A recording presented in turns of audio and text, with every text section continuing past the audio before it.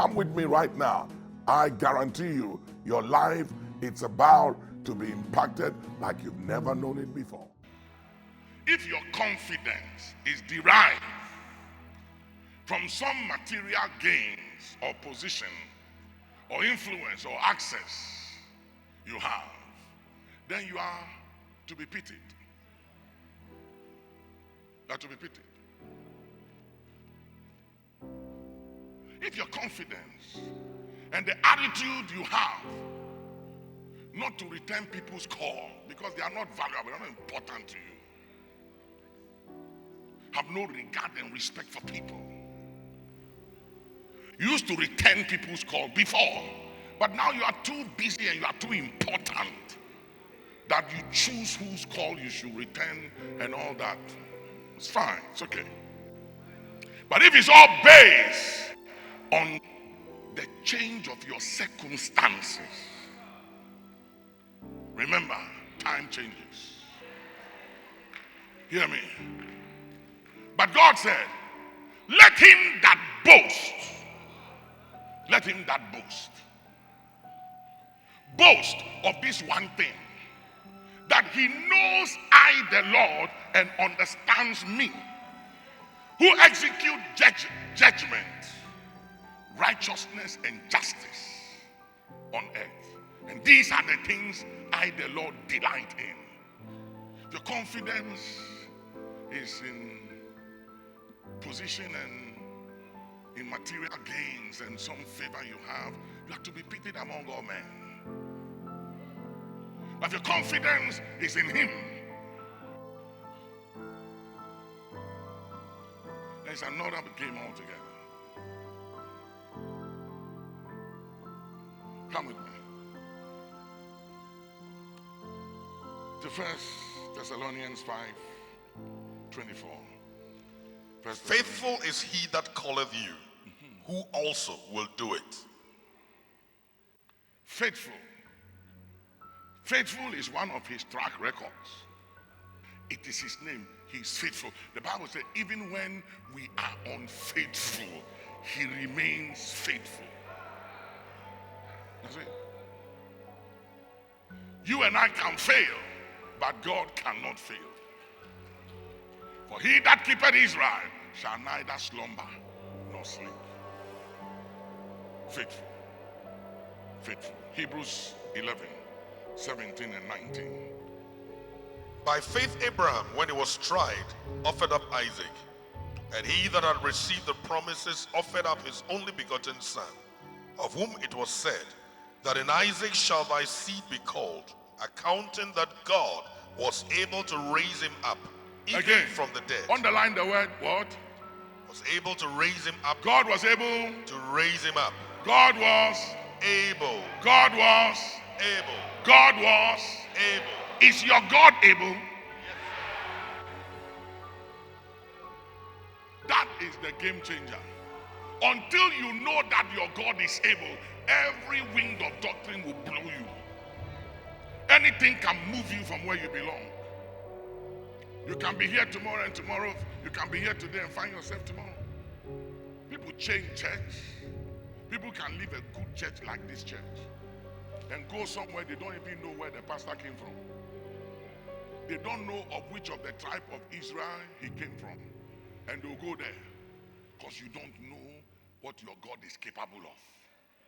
But if you know what your God is capable of, no circumstances will move you.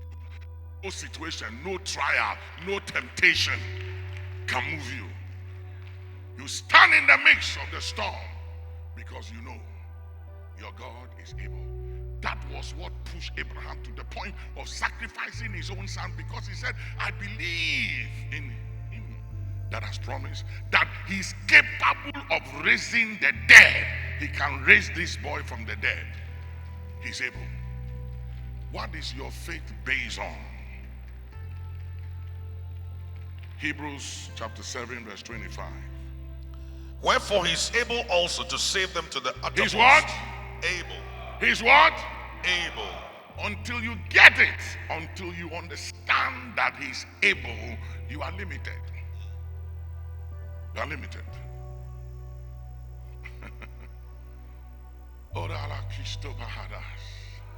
Until you grab it, eat it, and it dawns on you that your God is able, you can't make history. Your name can never appear in the Hebrews 11 of our time. Do you know there's another Hebrews 11 being written of our time? Yeah, there's another Hebrews 11. Heroes of our time. You can never be among the heroes of faith until you know that He's able.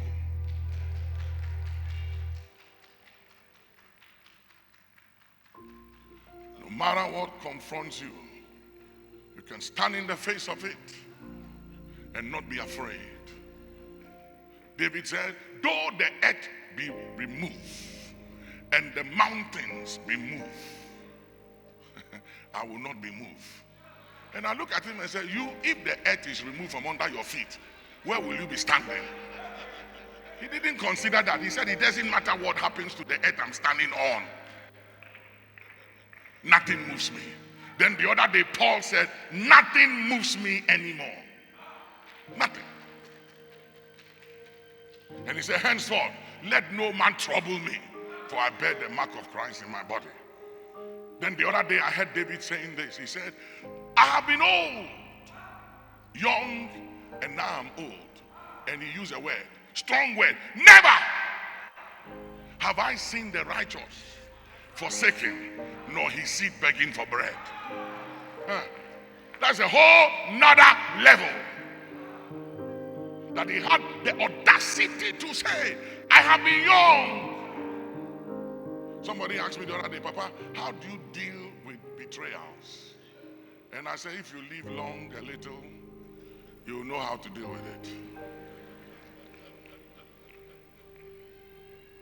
When I hear young people, have a lot of young people around me, and sometimes they come with all these great ideas, powerful ideas. It sounds good, but it's knowledge. It's not wisdom. So I listen. And they say, what do you think? And I say, I'm listening. Because it's knowledge. It's not wisdom. Smart and intelligent people have knowledge. But to be wise requires wisdom and going through the process.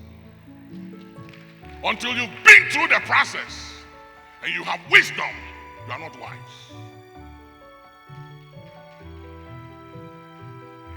Because knowledge is the acquisition of information, but wisdom is the ability to apply and to use the knowledge you have acquired wisely and intelligently. That's why the doctor knows that smoking is not good. He has knowledge of the consequence of smoking, but he smokes. Why? He lacks the wisdom to use the knowledge. So being smart is good, being intelligent is good, but I'd rather be wise. Yes, sir.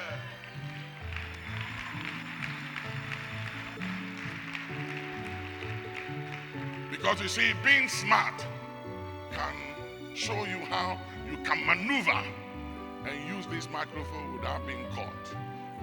But being wise will tell you that even if you maneuver, there's still consequence. So don't do it. So it's not just doing it, but the ability to restrain, to prohibit, and to prevent is what we're talking about. Wherefore he is able also to save them to the uttermost that come unto God by him, seeing he ever liveth to make intercession for them. That is one of his track records. He ever lives. You see, I said something the other day. I said that most times when people do a will and they die, they can't defend the will because they are dead. So the will can be subjected to dispute. It goes to court for many years. And siblings fight over the will. And the one who wrote the will is dead, so he's not alive to defend the will. He ever lives to make intercession. That he's able to deliver. He's able. My salvation is kept. Because he's able to deliver and to save me from anything that will make me lose my salvation. He's able. You got to believe that. In the midst of all the trials and the temptation, you must believe that God is able to keep you, preserve you, save you, deliver you to the end. So you don't miss heaven, because he ever lives to make intercession. I'm counting on his intercession above all things. Hallelujah.